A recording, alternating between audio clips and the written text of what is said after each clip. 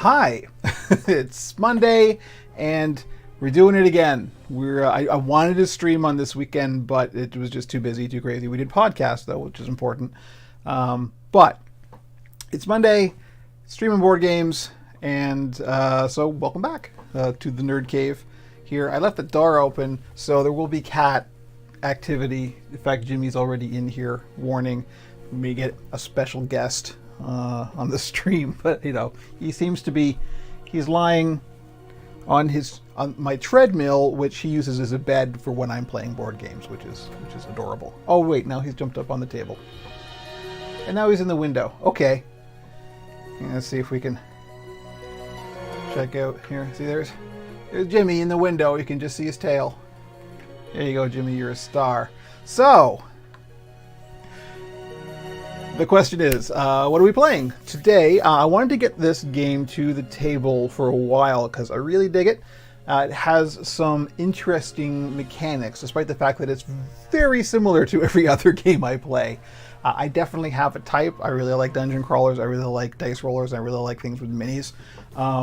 So that's a lot of what we're going to be playing on the channel. But this is Massive Darkness. So this game came out, I think, a couple of years ago. So it's relatively new as far as board games go. There's a whole bunch of expansions for it, but I only have the base game. But that's enough to sort of get a handle on. So the elevator pitch is that it's a dungeon crawler, tile, dice roller, D&D style tabletop game. It is co-op. It's co-op only. It does use, or you can use, a companion app, as you see we are using here. The companion app is not like it is, or it was for when we were playing Imperial Assault. It does not act as a GM or anything like that. It is really just for record keeping. It does all the admin stuff. So if you use the companion app, you keep track of all of your character stats. Every player has their own, like player board in the app. You keep track of all the enemy stats. You keep track of all your treasure and equipment, all your XP, all that kind of stuff. All that record-keeping, bookkeeping, admin stuff is all handled in the app. And that is fantastic because it means, despite the fact that the game does actually, and I want to give a shout out. Like it's Simon Games who makes this. You just look on the box here. I'm pretty sure it's Simon Games. This is one of the only games I've ever seen that comes with, let me just flip over here. You see this? You see this? This is a hero dashboard. This is a little plastic tray to put your hero card in and their equipment cards and track your XP with a little counter. These are fantastic. Every game that has minis should have one of these. This thing comes with like 6 of them. So well done, Simon. However, even better than that is we're not even using those, because if you use the app, I've literally not opened the card packs that come with this because you don't need to. It's all in the app. You still have to play the game. You still have to like roll the dice and move your minis and all that stuff. But all of that admin stuff is handled within the app, and that's fabulous for saving table space, which this game needs because the maps in this game are gigantic. In fact, if we keep playing this, which I hope we will, I'm going to have to figure out a way to condense some of the maps because they will not fit on the table. That's how big they are. However, this one will. So we're just going to play through the tutorial, basically, scenario. So one of the things that is different in this than in the, let's say, D&D game that we play is all of the maps are set in the adventure. They're pre-existing. They're not generated as we go. They're not random. And they are built out of these tiles. Now let me just go to the table cam here. So I've got this already set up. One of the nice things about this is we can get most of the map in on the table cam almost in one shot. We can get everything we need to see, which is fantastic. I don't like moving the camera around too much, so. But let me just show you there. You see, this is one tile. So there are some maps that are made up of like 7 of these laid out in different arrangements. They're huge. This being 2 tiles. This is the tutorial mission, and it is the smallest map in the entire game, which we can just barely get in a single shot. And you can see on the overhead cam, like, there's my hand, right? There's, if you want a sense of scale, these are dice, right? Big tiles. So, the way this works, I'm not going to go into, I mean, I've been thinking about how I want to present these, and I think that giving a whole lot of explanation up front is probably just front-loading and boring, and nobody wants to watch that. It's easier to learn these kind of things by just watching somebody play it. And I will explain what's happening as I go along, and I think that's probably a bit easier for everybody to on-ramp. And my goal is, of course, that at the end of every first run of a game that we do, like this, if you're watching and you're watching them in series, that you won't need to learn the rules again every single time I run a game. That, you know, you go back and watch the first one, and then you'll get the rules, and then we can just keep going from there. I don't have to go into a whole lot of expository stuff for every game. So our goal here is to get familiar with Massive Darkness. So, I'm trying to think of where to start here. So we've got characters, and they are, you know, similar to what you're used to. They have stats and they have abilities. One of the nice things about this game is that every character, you can pick their class, so you can pick their character and what class they're going to be. So you can mix and match and do all kinds of interesting things. They're not set in stone like they are in most other games. I think maybe we'll start by looking at the map. So, as I said, it's divided, these are 2 tiles. And as you can see, every tile is divided into, what, like 9 different squares, right? So you can see here, that's a square and that's a square, and you can see sort of a dividing line down there. They're not always super clear, but it is clear once you look at how the division goes up. They're all just divided evenly like a tic-tac-toe board. Some squares are joined together to make a chamber. So for example, this back here, these 3, 1, 2, 3, that's a single chamber, which we'll get into in a second. You will also notice that some of the squares, I think they're called zones officially, I think. I don't remember all of the exact terminologies used in the book, because every game uses a different one, so I'm just going to call them squares, because that's what they are, they're squares. Every square, as opposed to a tile, that's a square, is either has a light source in it or it doesn't, right? So it's pretty clear. If you just look at them, that's a light source, that's a light source, that's not a light source, that's not a light source. So you're either in light or darkness. Every character gets some kind of bonus ability if they are in darkness, hence the name of the game. So that's something to pay attention to as well. We'll go through what our characters' individual abilities are when they're standing in darkness or not.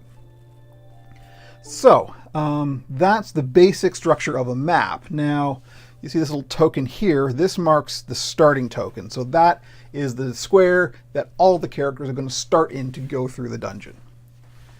You'll notice we also have these counters here. There's this 1 here, and then this darkened 2 here.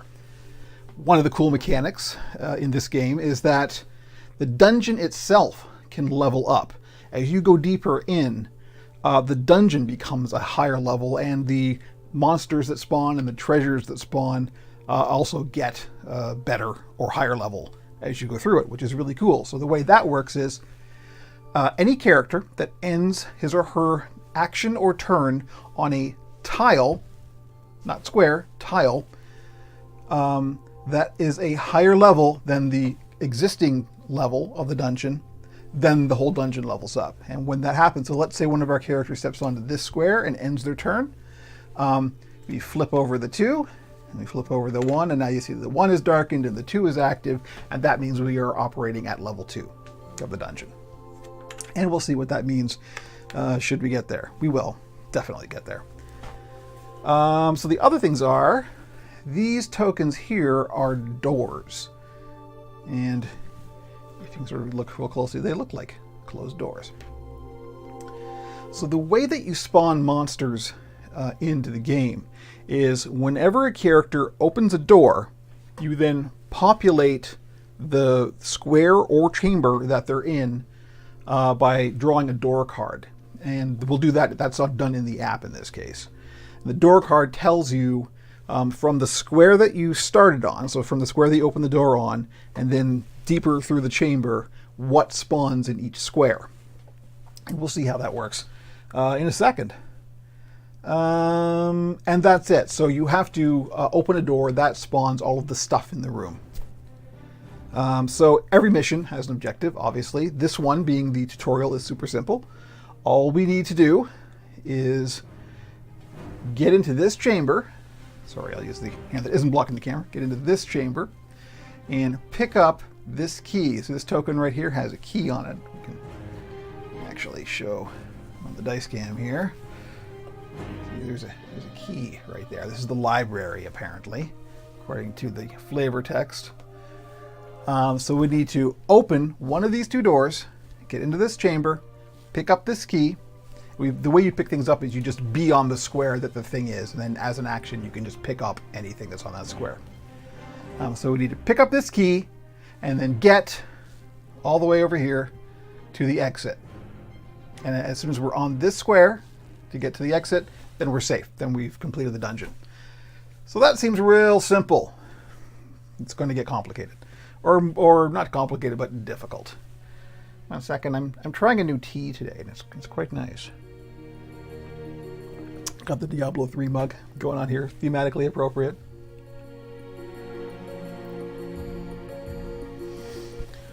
Okay, so I'm trying to think where to start. So I already picked the characters that we're gonna use for this. So let's just start. We'll go to the app here, saying new game. If you have expansions, this is the place you can add expansions in. I don't have any of the expansions. I might get them, I might not. All the expansions are, I believe at this point, are all just new enemy types, which is cool, but, you know, not super compelling. I am going to check the story mode here, though. See that story mode thing right there? What that means is we're doing it as a campaign. You can either run these as one-off missions, or you can run it as a continuing campaign. And if you run it as a continuing campaign, it means you are carrying your characters and their XP and equipment from adventure to adventure. Whereas if you're running a one-off adventure, you just start at level 1 every time and then you just play the game through. It also means that instead of gaining XP, you gain micro XP and gain it at a much, much slower rate. So it's usually every 5 XP is a level, I think, if I can remember. I've only played this game like, I don't know, 4 times, and I've only ever played in story mode, so I've never actually leveled up. But every 5 micro XP is 1 regular XP. We'll see what that means in a second. But the bottom line is it just means that you gain XP much slower and you carry your characters and all their stuff through from adventure to adventure. So that's what we're going to do, because I'm hoping to play this as a campaign style thing. So the first thing we're going to do is add in our characters. Now this is where it's just kind of assuming 1 player per character. So we're just going to add it in like normal. One of the cool things is everybody who has this app, and this is available on Android and iOS, phones and tablets. I happen to be running it on an iPad, but you can run it on anything. And you can actually network connect to all the apps together. So everyone has their own app, and you can trade items and track all your stuff. It's really cool. This is a fantastically done companion app, and I would love to see more things like this. But we're just going to add in the first player here, and then it'll just be Kev1. And the characters I have picked, we'll start with Elias. So Elias here, he's like the battle wizard dude. I won't go through all of the flavor text. He's Gandalf. that's the elevator pitch there. But we do see some of his special skills here. So see that shadow mode skill?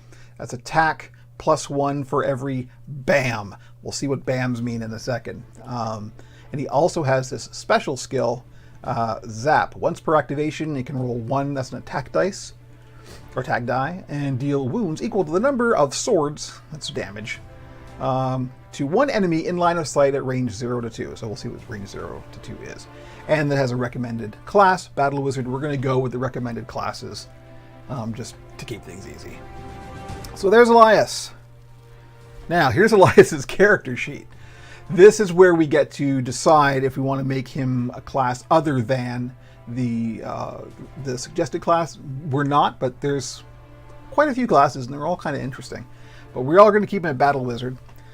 So as you can see, you go along here, and as you gain XP, you spend that XP to level up and gain new skills. If you look on the left-hand side here in the level 1 column, you see that the lowest, like the least amount of XP we have to have is 5.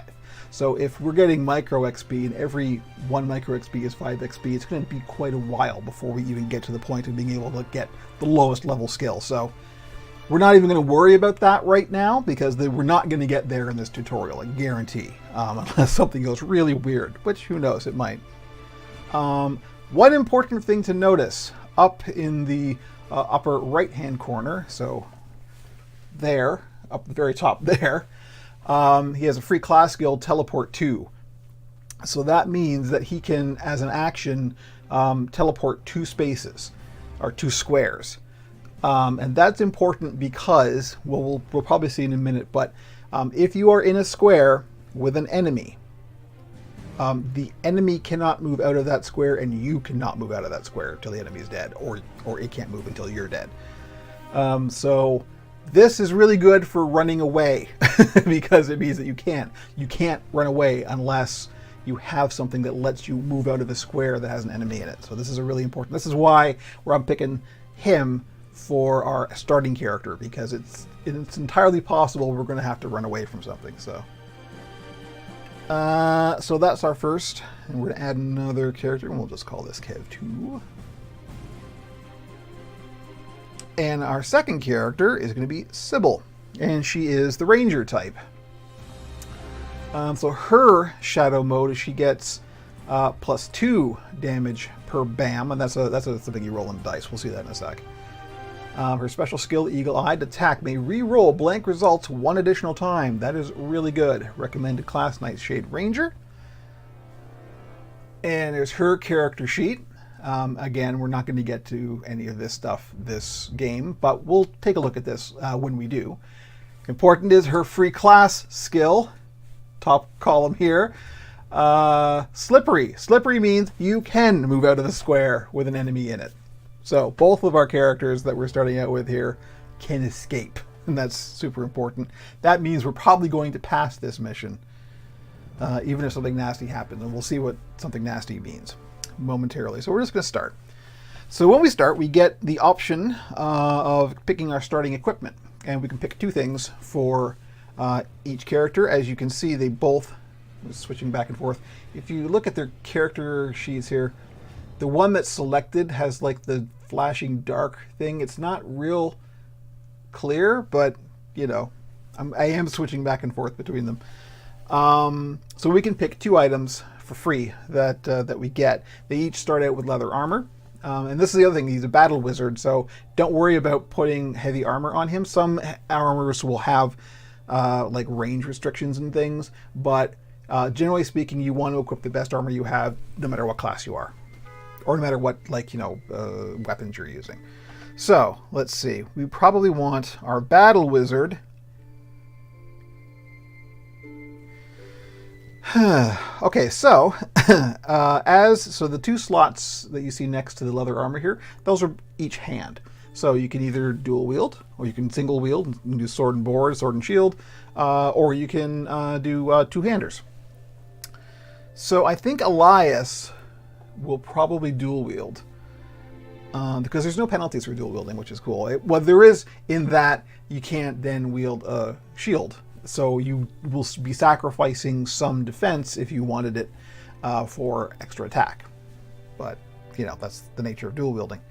But, I mean, Elias is a wizard, so a wizard needs... Let's see, a wizard needs a staff. What do you think? I think a wizard needs a staff. You'll notice that the staff is single-handed. There's that single hand icon there. So that means that it is one-handed. And it is a magic weapon. So it attacks... magic, and so there's 3 different types of attacks. As usual, there is melee, ranged, and magic. Melee, you have to be in the square as the enemy, and that's it. Ranged, you have to be at least 1 square away from the enemy, so it is a 1+ range. And there is also no limit on line of sight, so line of sight can go the entire length as far as you can see without hitting a wall. And magic happens at range. You know what? I don't honestly remember.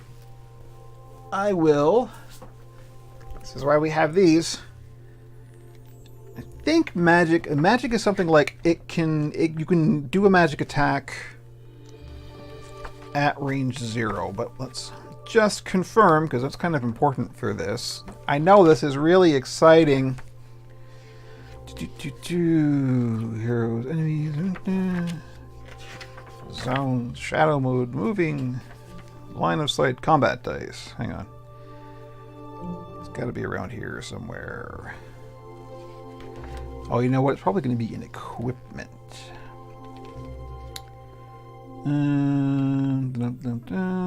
Magic weapons. Here we go. They can fire at any actor, so, enemy or friend, outside of their owner's zone, but only up to 2 zones away. So magic has a ranged limit. So that has a you cannot shoot something in your square. That's interesting. And as long as it has line of sight. So it's range 1 to 2. Okay. Yes, so ranged weapons like bows are range 1 plus, so anything outside of your square that's in line of sight. Magic weapons are range 1 to 2, so it has to be outside of your square and no further than 2 squares away. So, there's that. Now we know. I need some tea.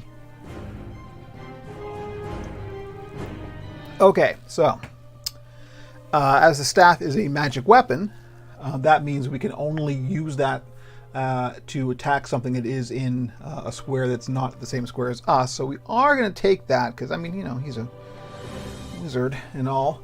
But we are also... I don't think he wants a spear. I think...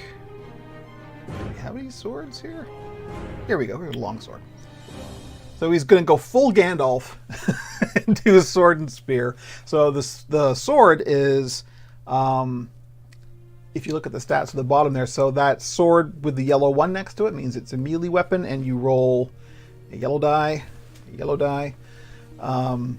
when you use that to attack.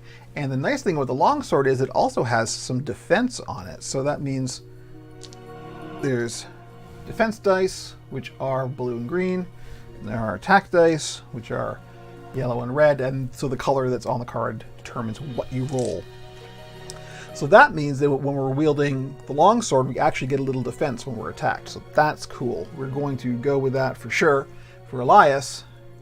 And for Sybil, I mean, obviously, she needs a bow. And remember, bows are range plus, like a range 1 plus, so she cannot attack something in the same zone as her. So that's two-handed as well. You can see on the card there, it's got little 2 hands icon in the corner there. So that means that she cannot, dual wield, obviously, a bow. We could get another item in case she needs to swap out and switch to melee, which might not be a bad idea. And I'm actually thinking that one of these spears. Spears are good because it, as you can see in the flavor text there, can be used to perform a melee action at range 0 to 1. So it means you can melee something in the next zone, which is kind of good. However, since we have a bow, we don't really need that, right? If we're gonna attack something in the next zone, we're going to use our bow because it's got 2 attack dice as opposed to 1. So maybe we should just give her a longsword as well. And if she needs to swap out because she's in melee range, then she'll get that defense bonus as well. So that seems logical. So we're just going to get that and we're going to drop it in her backpack here. So she's got that with her, but we're starting out with equipping the bow. So here's our main screen. Now, the turn order is kind of weird, and it took me a while to get used to it. I'm just also seeing that my camera here is blocking some of the app stuff that we want to see. Well, there really isn't anywhere else for me to go, is there? As I switch cameras around, this is going to jump as well. Okay, you know what? We'll leave it for now, and I'll work out a better layout for this next time we do Massive Darkness. But if you look at this row of buttons right here, it's End Quest, Equipment, Door, Event, Enemy, Combat, Transmute, and End Turn are the two buttons you can't see because my camera is covering it up. But we'll get to that in a sec. So here's our basic character sheet. Now, the turn order, as I was about to say, is a bit weird, and I didn't understand this at first. And this is something that the app actually made clear. There is every player gets to be designated when you start, and then as you go around the circle, as the first player. And the first player has the first player token. Now, if you're playing multiplayer, like physically for real, then there is a token that you pass around. In the app here, if you look up, which way? That way, the very top, you look at Elias's picture in the column up there, you see that little icon in the corner? That designates that player is the first player. Now, when that turn ends, the next character gets to go. So the next player gets to go. But that token doesn't get passed until an entire round is done, which is all characters get to go and all enemies get to go. It's confusing. It's odd. I just let the app tell me when to do the things because I will lose track. Because I'm playing solo. If you're playing multiplayer, it's not that hard. But just know that everybody gets to go every round. It's just that the first player designation gets traded around after every round after everybody is gone. And that gets used for stuff, I think, later. I think some of the more powerful monsters will actually target the first player or something like that. But we'll get into that if it comes up. I don't think it'll come up. We're just going to go as the app tells us we can go. So right now, you see that Elias, the player of Elias is the first player, which is Kev 1 in our case. And you see at the very bottom there, we get 3 actions per turn. So actions are, you can either move, attack, trade your equipment around, so unequip things or trade equipment with other characters, do a combat action, and there's a couple of other things that don't count as actions that are free actions. Every character, as we know, gets a free action. So in Elias's case, he's got that special skill Zap. That's a free action. We don't have to spend an action to do that. Movement is 2 points of movement. So you can move 2 squares. Other things that count as movement are opening doors and picking up items like the key that we have to pick up there, and there will also be treasure chests that spawn. That counts as a movement action, not an action. It's a movement point. So you get 2 movement points per action. So I could spend all 3 action and move 6 squares, for example. You cannot break up your movement points, so you can't go move, do a thing, move. So once you do a move action, you move a maximum of 2 things, or you do a maximum of 2 movement actions for that activation, and that's it. That will become clearer as we play. So the first thing we want to do, obviously, I think, if we just look at our map here, is somebody needs to get into this room and open a door. The closest door is this door here, obviously. But, you know, is that the door we want to open? Probably. Or maybe not, and here's why. If one of the things about how the dark and light squares work is, if you have a monster that is active on the board somewhere, they have a series of sort of AI commands that they go through to do their activation. And if a player character is not in line of sight, which is a straight uninterrupted line, and is on a square that's in darkness, then the monster ignores that character. So you can hide, is what it comes down to, which is really useful. And if there are no characters that are in line of sight or that the monster can detect, all it does is it moves 1 square to this starting point. So things will spawn that are called random, or called wandering monsters. And wandering monsters wander. That's what they do. There goes Dax in the background, I saw. So it's really important to know that you can hide from monsters.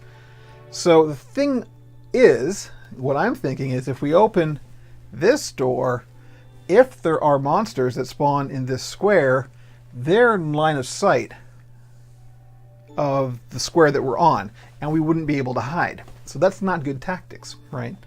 It might be better to go over to this door, open it, and then if something nasty spawns, we can back off and get out of line of sight.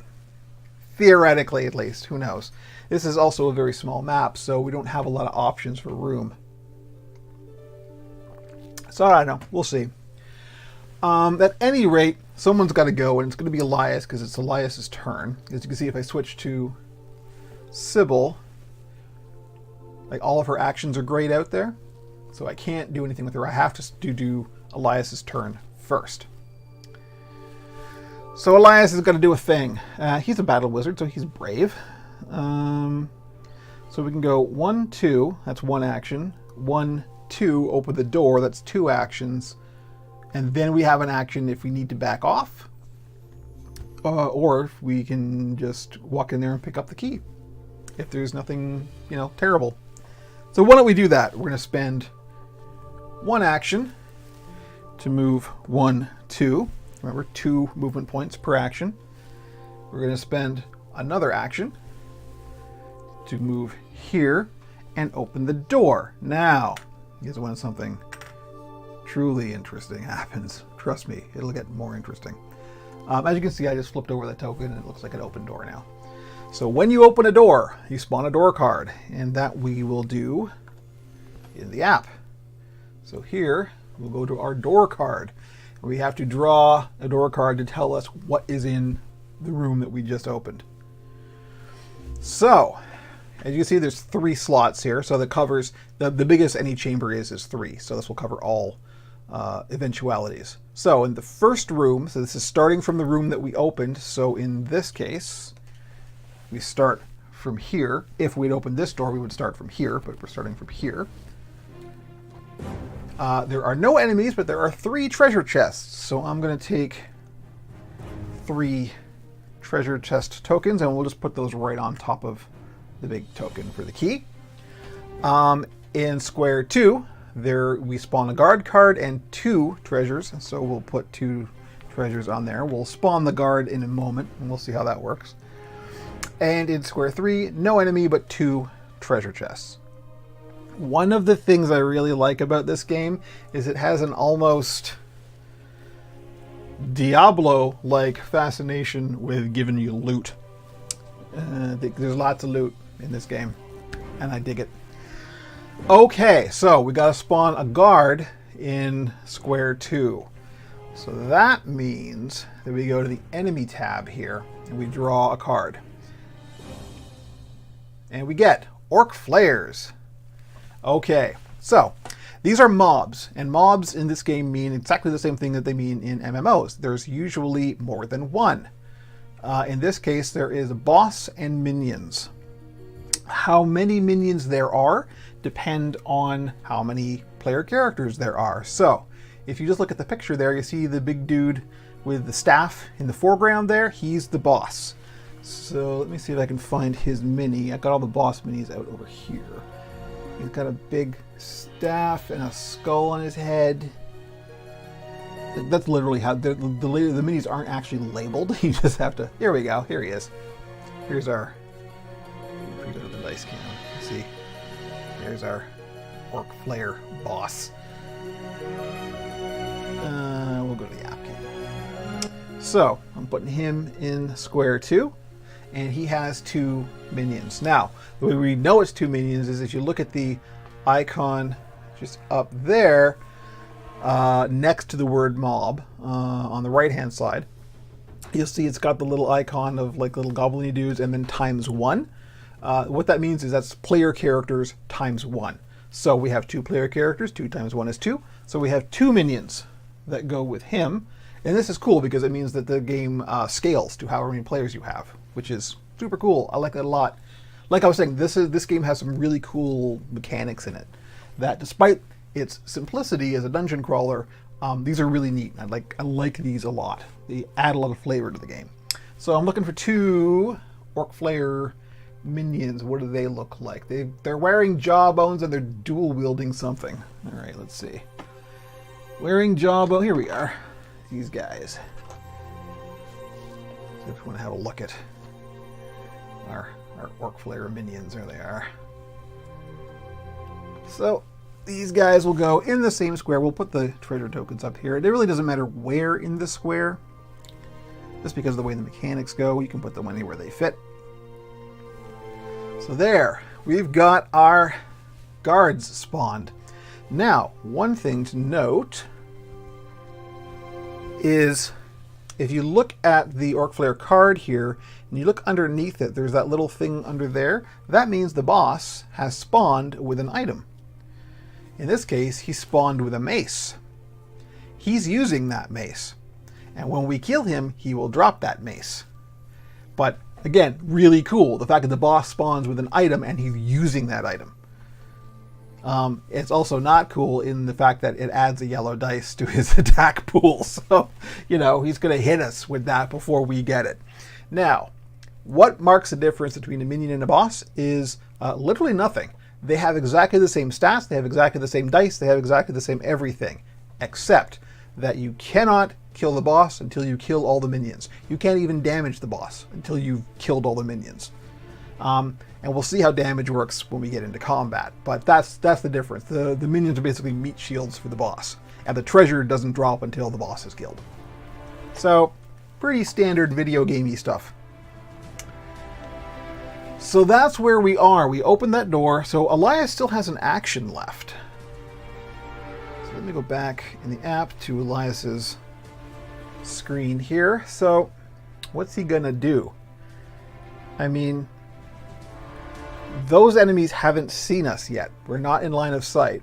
We are also not in darkness. So the next turn, on their turn, they're going to start moving.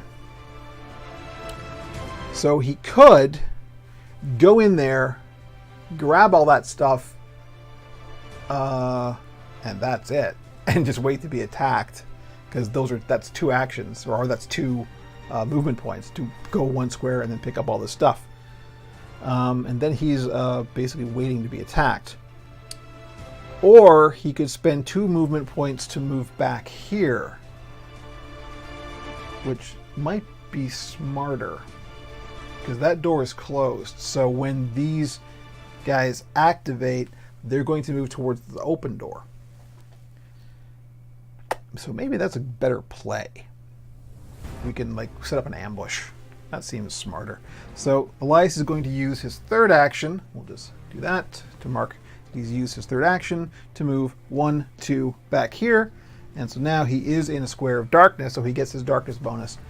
So we've spawned some enemies, spawned some treasure, haven't done anything with them, but we set ourselves up. So that's Elias's turn. So we're going to mark the turn end, and now Sybil can go. You'll notice that Elias, we'll go to the app here, you'll notice that Elias still has the player 1 icon thing. So that's just to note how the turns work, because they're a little unintuitive. But now Sybil can go. And Sybil has 3 actions that she can do. So she could move here and then open this door. And then move into that room and pick up the treasure as a single action. That's 2 actions, and then she'll have an attack action that she can do. That seems okay. I don't think there's anything else that's wise to do, unless we want to just let those monsters activate and try and come to us to set up our ambush. The problem with that is we're about to get an event phase, and that's probably going to be a bad thing. But it will probably spawn something else that we don't want. So maybe tackling this head on is the better thing. In this way, at least we're attacking when we want to. We're not waiting to be attacked. So maybe that's the smarter call. So let's do that. We'll go here. So that's 1 movement point, 2 movement points to open the door. Obviously, when a room is populated, you don't repopulate it. You don't draw another door card. If a room is open, it's open. You've done your thing. So that's one action. Let's mark that. So my second action is going to be to move in here. Now, I could attack now, obviously, but I have 2 movement points to spend, and I'm standing on a bunch of treasure. I might as well spend that other movement point to pick up the treasure. Well, when you do that, you can equip and use anything that you pick up right away. So that's useful to know. So let's pick up, we've got 2 treasures. And that's our second action. So we'll mark that. Now let's go to equipment, and we're going to draw, let's go to the app here. We're going to draw 2 cards because we've got 2 treasure chests to open. So the first one, an Orb of Courage, which is a magic weapon. Attack +1 damage to the hero and all allies in the same and adjacent zones. That is fantastic. However, it is 2-handed. And it's an orb, right? So the character is just carrying an orb. But it's got two attack dice. That's not a bad item at all. Certainly Sybil isn't going to use it, but maybe she should. I mean, it's 2-handed. Her current weapon is 2-handed. It's got 2 magic attack yellow dice, the same thing as her short bow. So the only disadvantage to using this is that she doesn't have the range that she has on the bow. But we also have this +1 damage to the hero and all allies in the same and adjacent zones. That is fantastic. I say let's use it. Why not? Why wouldn't we use that? So there we go. We'll just equip it. And that's the first card. Second card, plate armor. Yes. Oh, so good. These are really good draws for our first draws. That's fantastic. So Sybil's gonna put on the plate armor. That's quite the combination that we've got there for the ranger, right? Plate armor and an orb. Okay, sure. Why not? So that's it. That's our second action. Our third action is to use the orb we just picked up to attack the orcs. Now, they are 1 zone over, zone, square, same thing. So she can use that orb to attack. Now the way that damage works is when you attack something, when you attack a mob, let's just go to the combat screen and we can show you. You attack the entire group at once, and likewise when they attack you, it's the entire group attacking at once. So you don't roll for attack for each individual. You do damage to the entire group as well. So for example, if I were to damage, so remember, first we have to attack the minions, who are the boss's meat shield. So let's say we are attacking these 2 minions. Well, if we look at the stats, they each have 3 hit points. If I were to do 4 damage, then one of these minions would go down, and then the other minion would get 1 damage. So the damage kind of flows through the mobs, with the exception of the boss. The boss does not take damage until all minions are dead. So, important to know. So that means that the good news here is they don't have any defense dice, which is fantastic. However, they do hit really heavy. So we want to kill these guys like super now. So we're not standing in a shadow zone. So I'm just looking at the stats here. Attack may reroll blank results 1 additional time. That is fantastic. Shadow mode, we're not in shadow mode, so we don't have to worry about that. You can spend XP to do stuff. We don't have any XP to spend right now, so that's not relevant. And then we've got the bonus that's on our orb, which is attack +1 damage to the hero and all allies on the same or adjacent zones. And we get defense +1. That's really good. I like all of those things. So we're just going to attack the orcs. So the way we do that is it's 2 yellow dice, which we have here. As you can see on the stats, the orc don't have any defense die. Nothing. So whatever damage we roll is what they're going to take. So let's hope we roll good. Remember, we get a +1 damage bonus. Here we go. Oh, yuck. Okay, well, I mean, we did 2. +1 is 3, so we did kill a minion. So let's say we killed this minion. This minion here is gone. They have 3 hit points.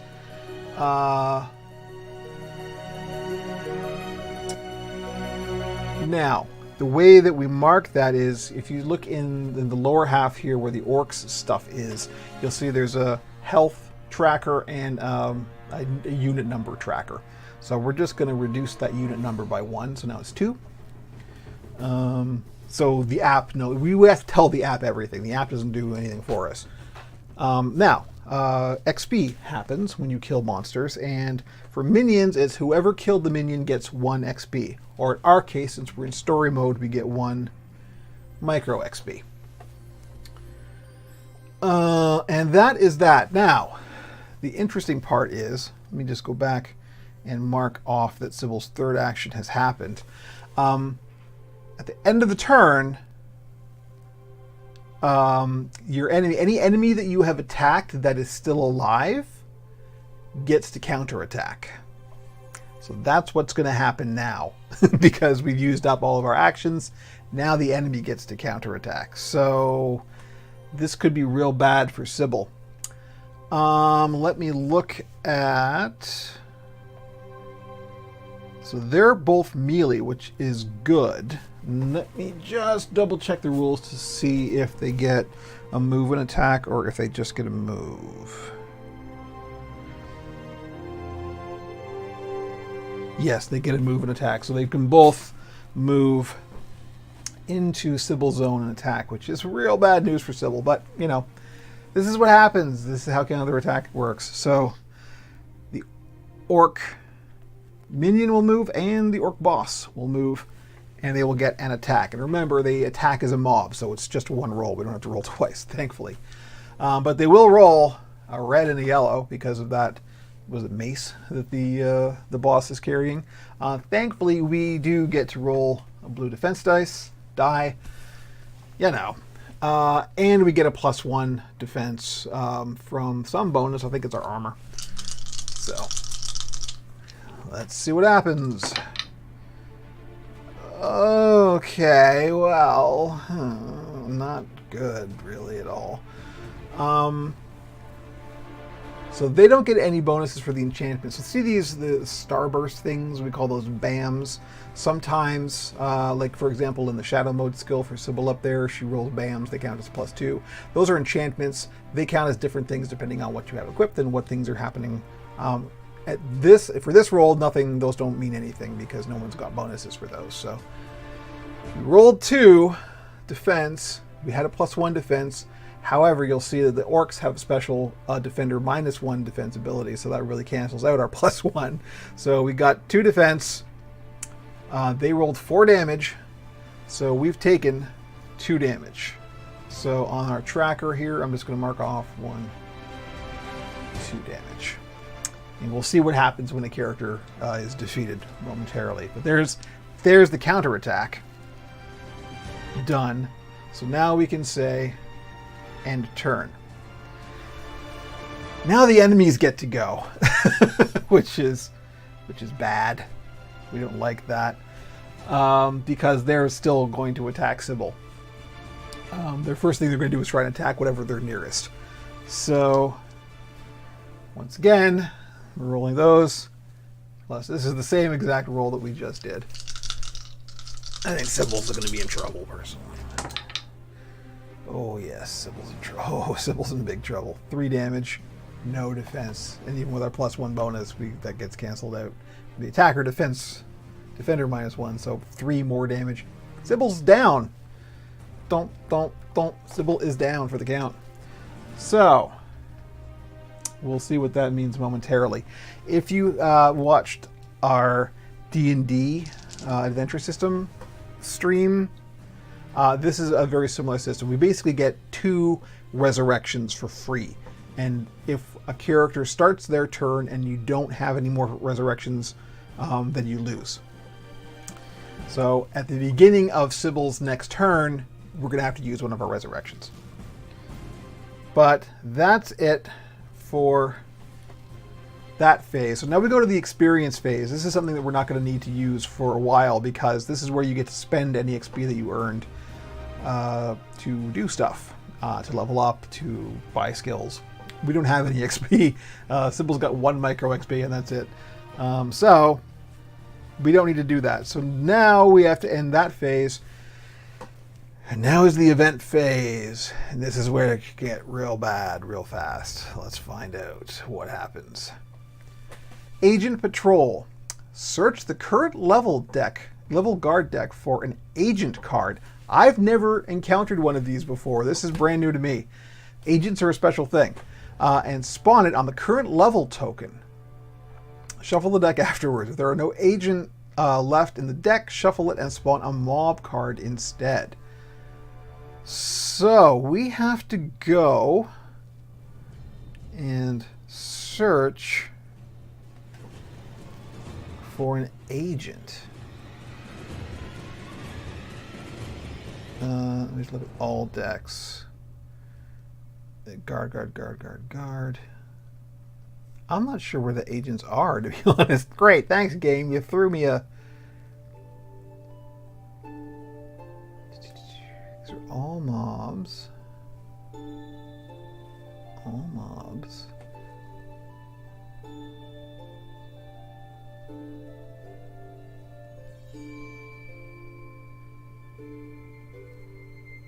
Less roaming monsters, guards. These are all guards. This is really odd. Forgive me. This is a whole brand new thing to me.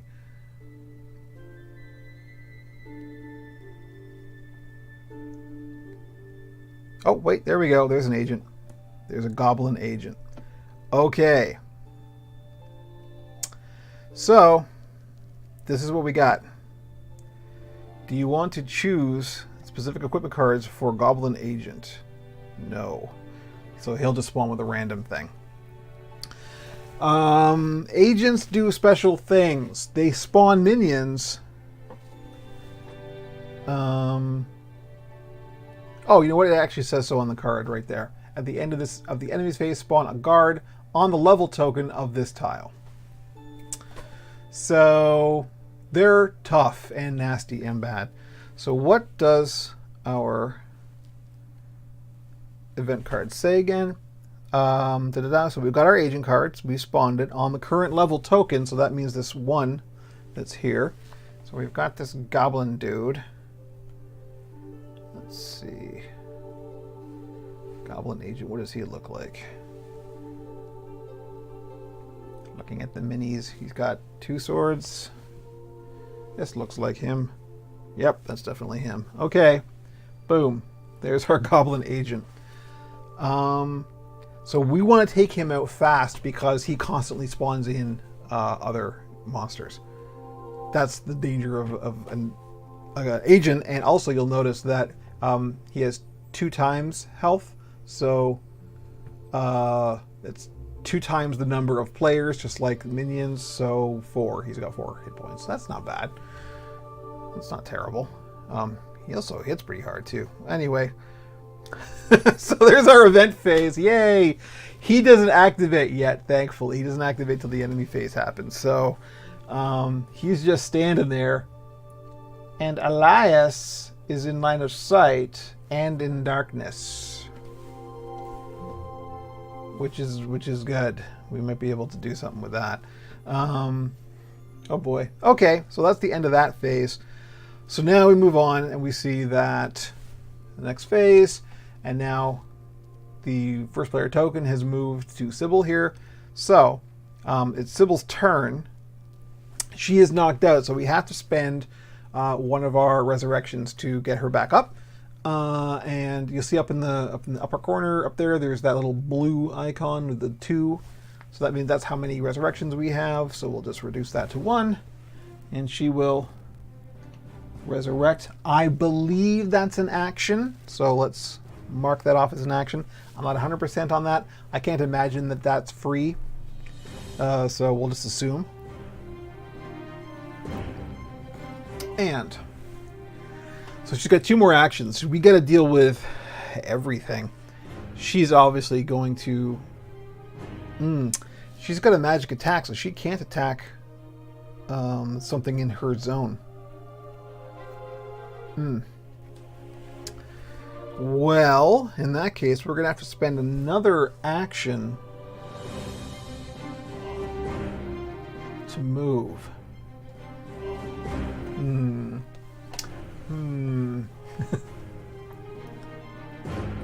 Or we could spend an action to equip our longsword. Neither proposition seems good. If we do a move action, we have 2 points to spend, and we can move into the next square here and pick up that treasure as well. This might be a time to be greedy because we got to spend that action anyway. So maybe that wouldn't be a bad thing. Let's do that. We'll spend our second action to move and pick up these 2 treasures. So let's go to equipment and spawn our treasures. A great sword, not super good. We'll stick that in the backpack. And a short sword, again, not super good. We'll drop that in the backpack as well. However, we do have enough treasure to do a transmute. So a transmute, here's where I was talking about how there's a slightly Diablo-ish thing going on here.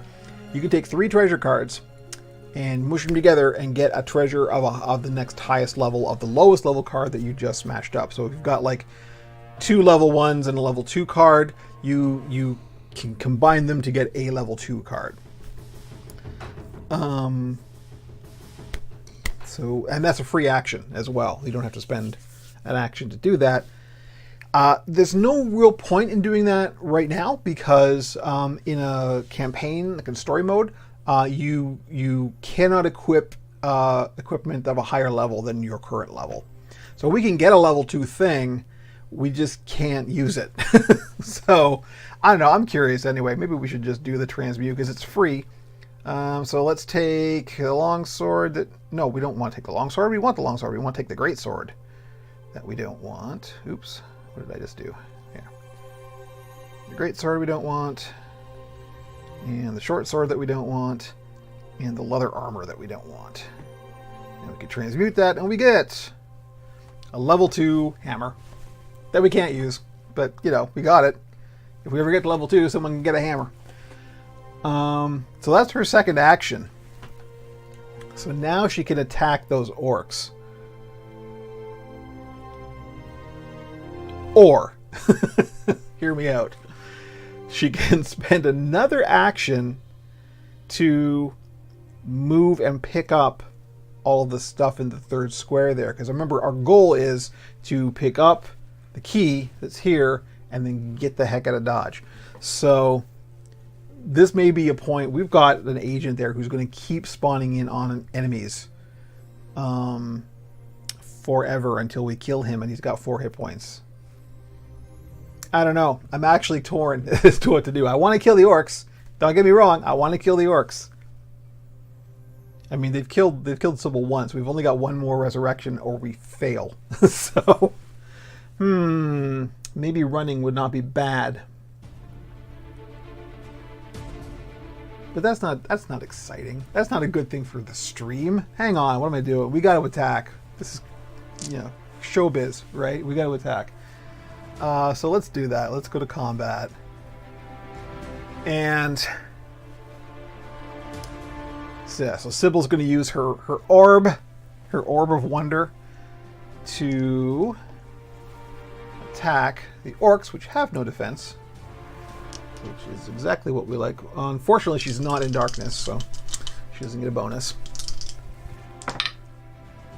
Okay, so we've done 2 damage. Now, remember, we've got that... oh, it's blank reroll. We can't reroll either of those. So she did 2 damage. 2 damage to one of the remaining orcs, or to the remaining minion. And that's it. So, that's her third action. Now, I'm just kind of realizing how foolish that was because we've got the counterattack now. Before we end this turn, the orcs get to counterattack. So, all right, well, we got to do it. It's the rules. So the orcs move back. There's one move, and then they get one attack. And they will attack Sybil. And they will attack with their lot of attack dice. Sybil will defend with her one defense die. Hello, Jamie. How you doing? I'm about to get killed, like, severely, a lot. Oh, okay. Hey. Good. So we got 2 damage. We rolled 2 defense. We do have a bonus defense, which is canceled out by the orcs bonus there. But we blocked both damage that they did, so that's good. We actually got a break. All right. Nah, it's okay. It's all right. It's all right. We're all right. We still have the option of running, which I think we're probably going to take. So that's it. That's the orcs' counterattack. So let's see. That is Sybil's turn. Now Elias. Elias, what are you going to do? Someone's got to grab that frickin' key to get the heck out. I think that's what Sybil's going to do on her next turn. So yeah, this is a companion app. And all the companion app does is it does all of the housekeeping, all of the admin, all of the stat tracking, all of that stuff. So this is the game that I was talking about before that I haven't even opened the card packs on because it's all in the app. You don't have to use the app, but as you can see, it's really useful and I love it a whole lot. So that's what I'm doing because it literally just saves table space. Like, you know, I don't have a ton of cards sitting out here because the app just tracks all that. Yeah, that is a big dead rat. That's not used in this adventure part of the story. I imagine there is a story behind that, but I don't know what it is because this is the only adventure I've ever played in this game. That's why I'm doing it on stream because I hope to play more. So where are we? We are at Elias's activation. So he's got we could spend one action to go bump, bump, and move there. Then we could spend another action to go into there and pick that stuff up. Then we could spend a third action to move back to here and then to here. And that would level up the dungeon. Yeah.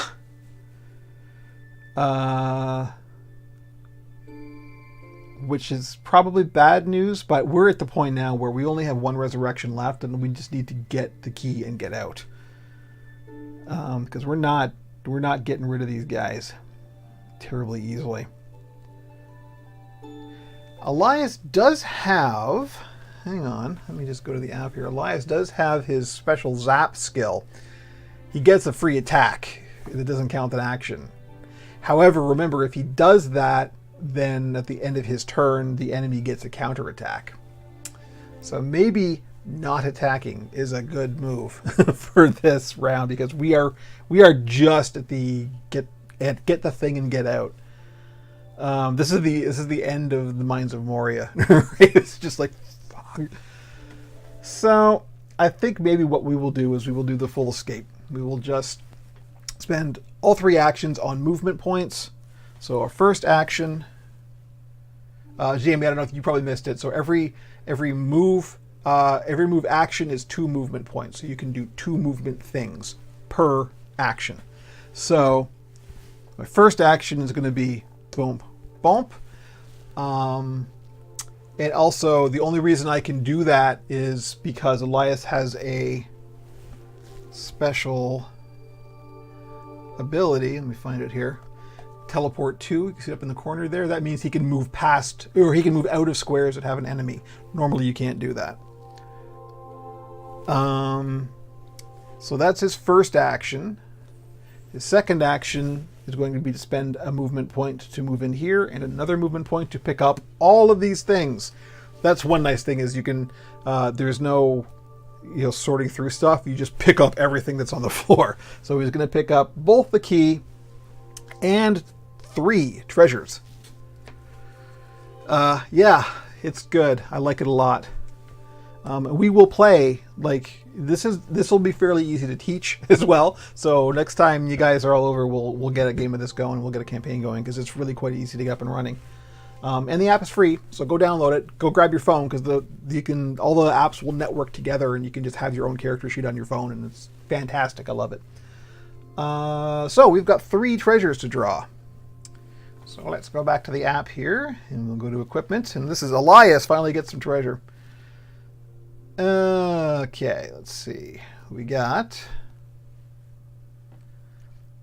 Plague Javelin. Well, +2. I mean, like two attack dice. It's ranged. It's not magical, which means that it has to be the next zone over and then infinite range. Attack with the BAM is a +1 wound. That's real good. I like that. Is it? It's two-handed, of course. Good stuff, Jamie. It's a two-hander, so I don't think we'll be using that. Although we might give it to... I don't know. We'll see. We'll give it to somebody, or we can transmute that or turn it into XP at the end of the game. So that was treasure number 1. Treasure number 2. Gnomish Gold Sack. The text is a little messed up there. This card counts as 2 equipment cards when used as part of a transmute action. Cool. After drawing this card, the hero immediately gains 3 XP. Wow. Okay. We're down with that, so we'll just drop that in the old backpack. We'll go back here and give 3 micro XP because we're playing in story mode. And we still have 1 more equipment card to draw. Chainmail! Yes, that's what we want. We want better armor. So we are going to equip that right away. And that is it for his treasure. So that's his second action that he has finished. So now we're going to go on the third action. I need some tea for this. And so our third action is, okay, it's like, so he's literally used his teleport skill to do this. So he has just gone bamf, bamf, appeared in the room, picked up the key, yelled at Sybil, "I got it, let's go!" Right? And then bamf, bamf, bamf, bamf. That's his third action. So he hasn't attacked any enemies, so thankfully that's good. They don't get to counterattack. We have ended our turn on the square with the 2 token, so that means that the entire dungeon levels up.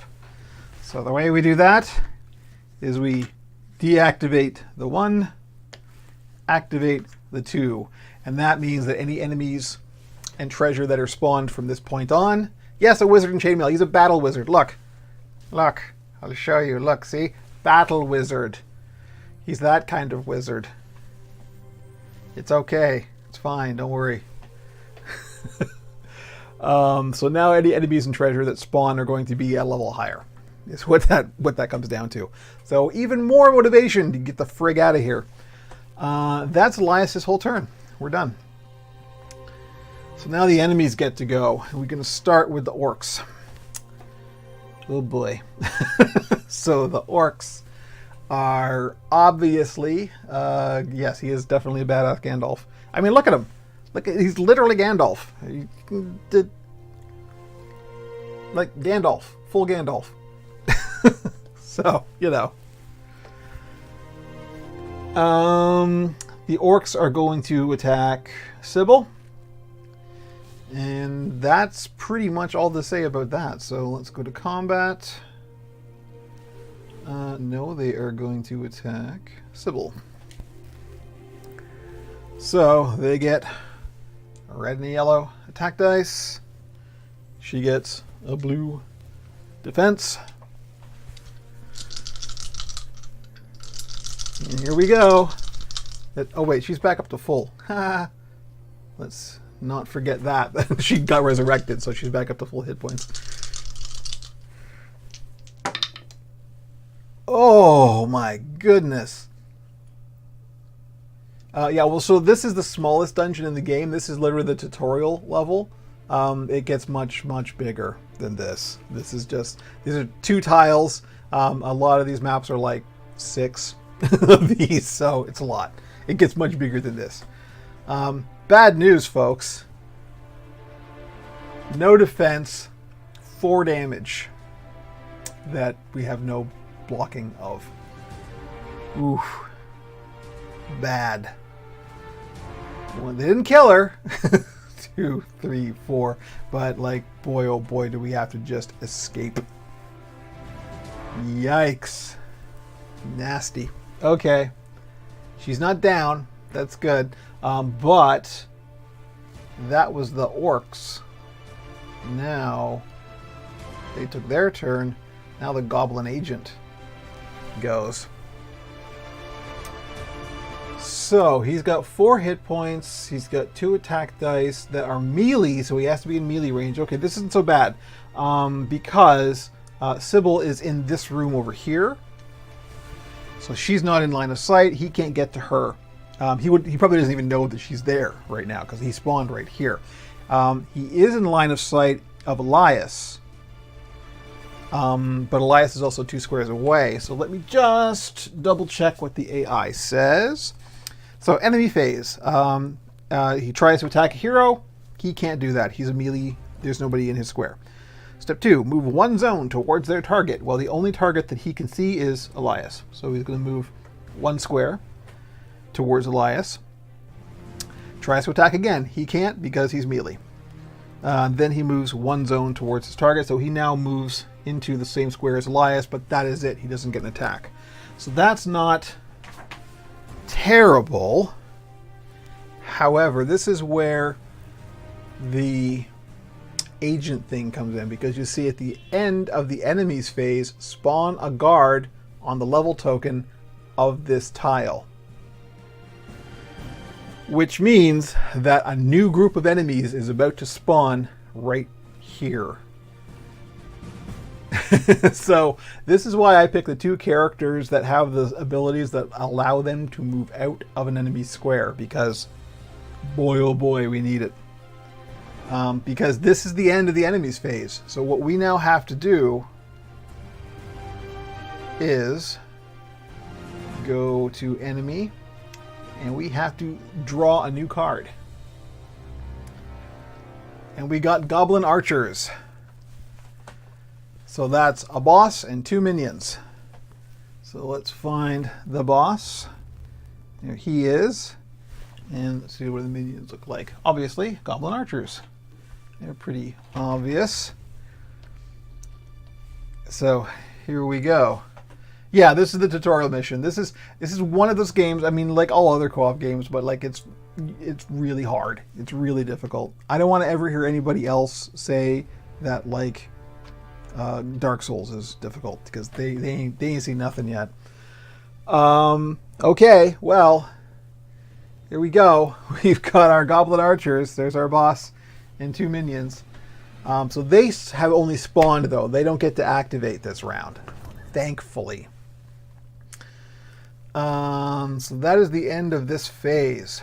Experience phase, we don't have anything to do with experience phase because we haven't got enough experience to do anything.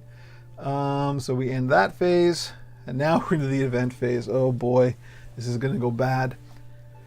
Events in this game are a lot like events in the D&D game in that they're usually terrible, but occasionally not. So let's see what happens. We'll go to the event. Oh, all right. It'll be fine. It'll be fine. I'm drinking tea. I should have some booze.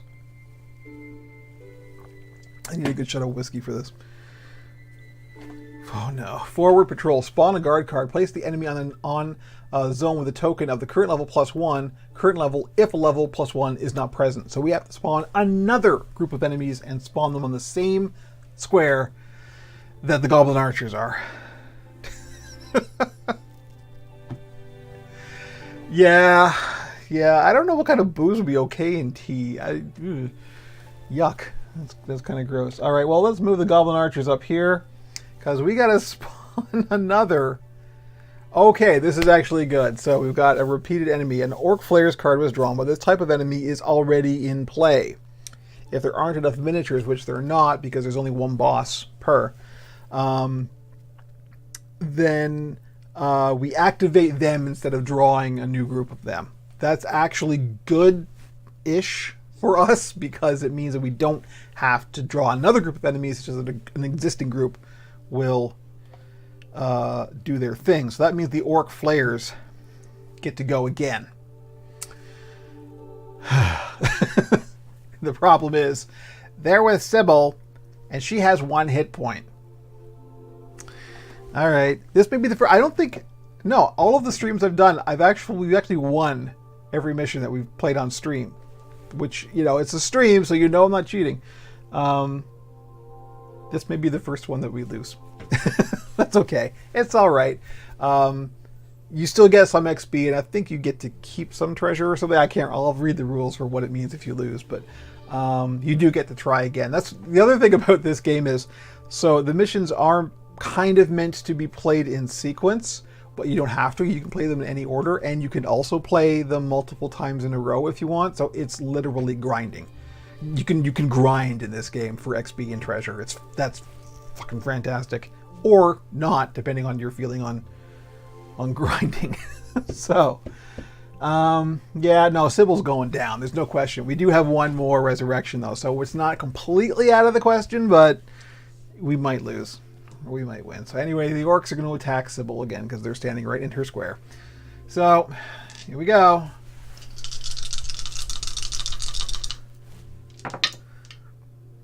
Okay, alright. Oh, so lucky. Look at that.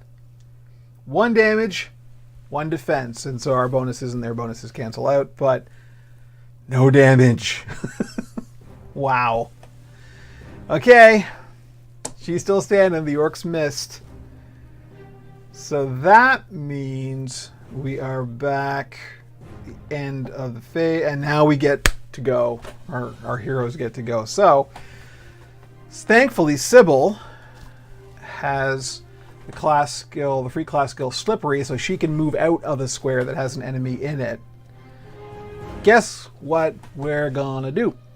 We've got 6 movement points. If we spend all of our actions on moving, which you damn right we are. Yeah, definitely.